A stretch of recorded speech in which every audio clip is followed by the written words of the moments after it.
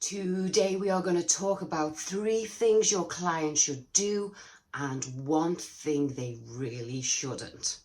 Let's go. So on this channel we are normally talking and discussing how, as cleaning business owners, you and I can up our game and up our service. But what about the clients that we serve? Do they have any part to play in this relationship? Let's take a look. The first thing your client should be declaring is anything broken or unsafe in their home.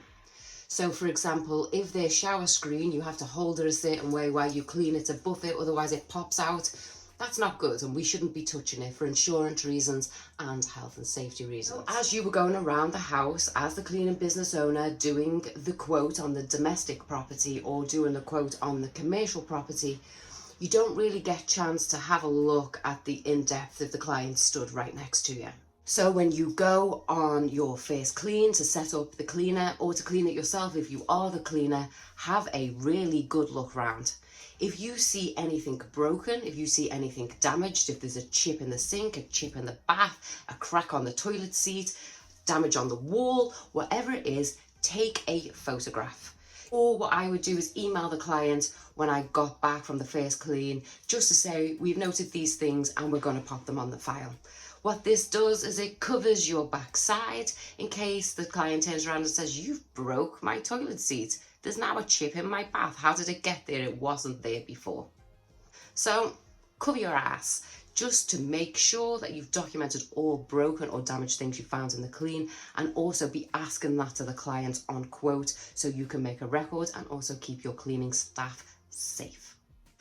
The next thing a client should declare to you is if they have any sort of CCTV, recording equipment or video equipment inside or outside the house. Client must declare. I've had a client do this with in my company before.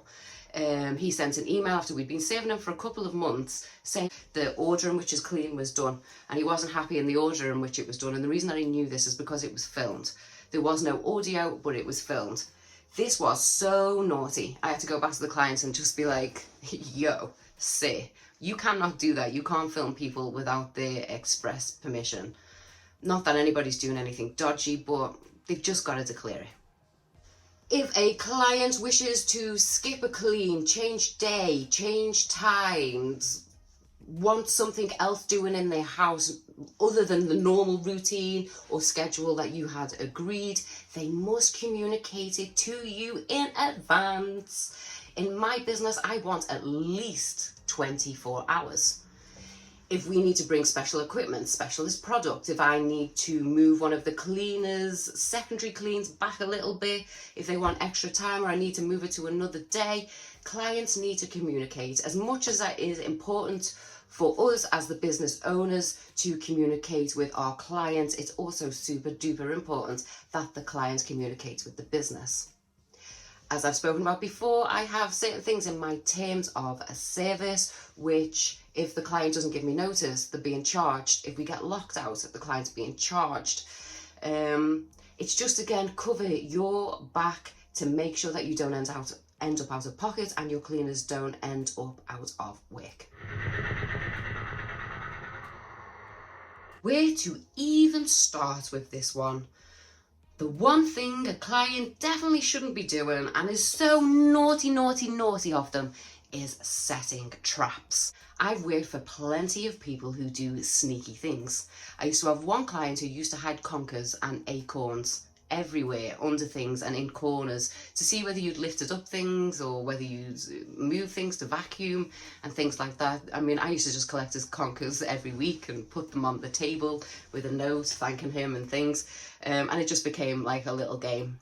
But I've also had clients that will put sellotape and string over doors or on drawers to see whether you're opening them.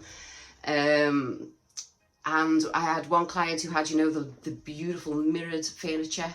She used to have that in the bedroom, but she used to go on the inside underneath where you couldn't see and touch all along the side to see whether those fingerprints were buffed off. So if you want to watch the video we spoke about in the video in this one about doing a domestic quote, you can find that here. If you want to watch the video on what to do if you get poor cleaning standards, you can watch that here.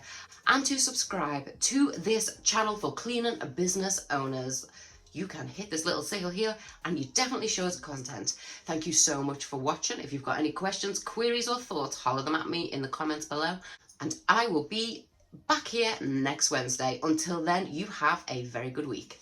Bye bye.